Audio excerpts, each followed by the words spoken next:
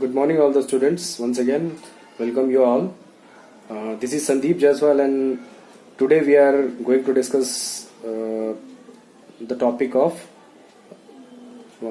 various reasons of law of demand. In the previous video, we discussed about the law of demand and what are the different assumptions underlying law of demand. And this particular video will discuss about the reasons of law of demand. Why does at low price the people would purchase? The people would try to purchase more. We'll discuss on more on that part. So let us see in the screen. So here the first reason is due to law of diminishing marginal utility, then substitution effect, income effect, additional consumer, different uses. These are the various reasons of law of demand, but we'll discuss one by one. We'll try to understand why does the law of demand operate, and that is why does consumer buy more at lower price than at higher price. So the first reason is due to law of diminishing marginal utility. I hope you people would be knowing about what is law of diminishing marginal utility. It is basically this law states when we consume more and more units of a commodity, the utility derived from each successive unit goes on decreasing. Like suppose if you, take an example, if you have one ice cream, in the first ice cream you will get maximum satisfaction. In the second ice cream you will get satisfaction which would be lesser than the first ice cream.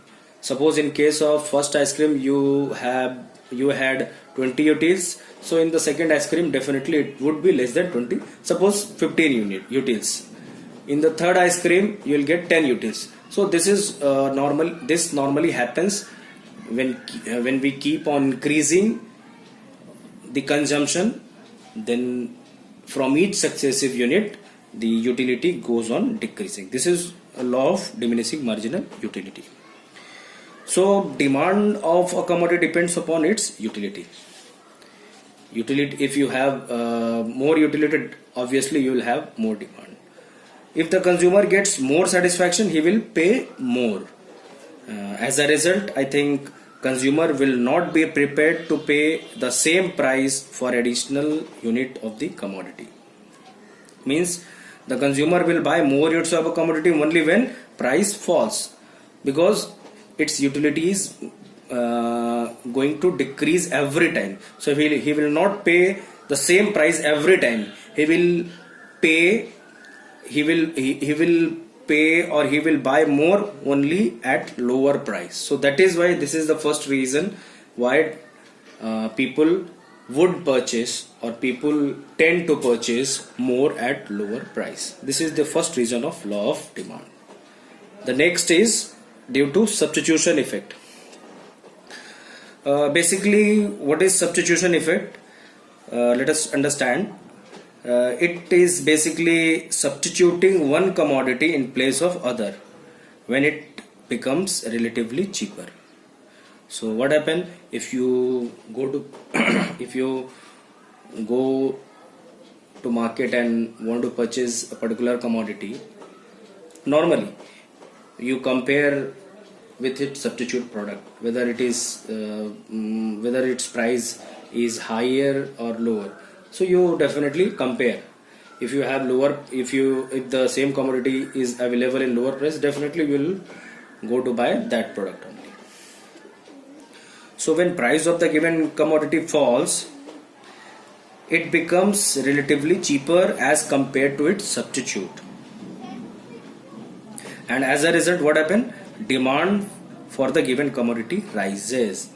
Take an example. You will clearly understand through an example. Let us take an example of Pepsi and Coke. Both are substitute goods. You all know that Pepsi and Coke is substitute goods. Suppose if the price of Pepsi falls with no change in price of its substitute like Coke, there should not be any change in the price of Coke, and the price of Pepsi falls, then what happens? Then Pepsi will definitely become relatively cheaper, and will be substituted for Coke. So demand of Pepsi will definitely rise. So this is called substitution effect. I hope you people have understood it clearly. So this is substitution effect. Now the third point is income effect. Let us see in the screen. Income effect, due to income effect. So what is income effect? Basically it is the effect on demand when real income of the consumer changes. Real income means what? Real income means their purchasing power. Their purchasing power is real income. So if there is a change in real income of the consumer due to change in price of the commodity, what happened? It shows the effect. It shows the effect on demand when real income of the consumer changes due to change in price of the given commodity. When price of the commodity falls, it increases the purchasing power or real income of the consumer. Definitely, if price of the any commodity decreases, the purchasing power of the consumer increases. So what happened? As a result, what happened? He can purchase more of the given commodity with the same amount of real income. Take an example. You can understand it easily. Suppose I bought 4 chocolates at 10 rupees, and suppose the price of chocolate falls from 10 rupees each. It was 10 rupees each. Suppose the price falls from 10 rupees to 8 rupees each. Then what happened? Earlier I purchased 4 chocolates at the rate of 10 rupees and it cost me 40 rupees. Now due to a decrease in price by 2 rupees, what happened? Now I can buy 5 chocolates with the same amount of 40 rupees. So what happened? I have increased my consumption because of the reduction in price. So this is all about my purchasing power has increased due to reduction in price. So this is income effect. These are the two most important effects: substitution effect and income effect in your syllabus. So try to understand it clearly. I hope you people would have understood it clearly. The next point is the fourth point is what? Additional consumer. What happens normally when price of a commodity falls? Many new consumers who were not in a position to buy it earlier due to high price, basically due to high price, now they start purchasing, because earlier they don't have much budget and they cannot purchase. Now due to the reduction in price, they start purchasing. Suppose take an example, like an LCD TV. The price of an LCD TV was earlier 25,000. So there might be some consumers who has the budget of 20,000 or maybe 22,000, 23,000. They cannot afford to buy a particular LED TV at the price of 25,000 rupees. So if I reduce the price from 25,000 to 20,000, now all those consumer who had the budget of 24,000, 23,000 or up to 20,000, so between 20,000 to 25,000, all the consumers are ready to buy, because they can now purchase the product. So what happened? The consumer who have the budget more than 25,000 and the consumer who has the budget between 20,000 25,000, all those can buy the product now. So this is the effect of additional consumers. When we reduce the price of the product, so many consumers added, and what happened? The consumer who all are using that product, they start increasing they start consuming more of the product. So this is also, so additional consumer affects the demand. So next is different uses. What is different uses?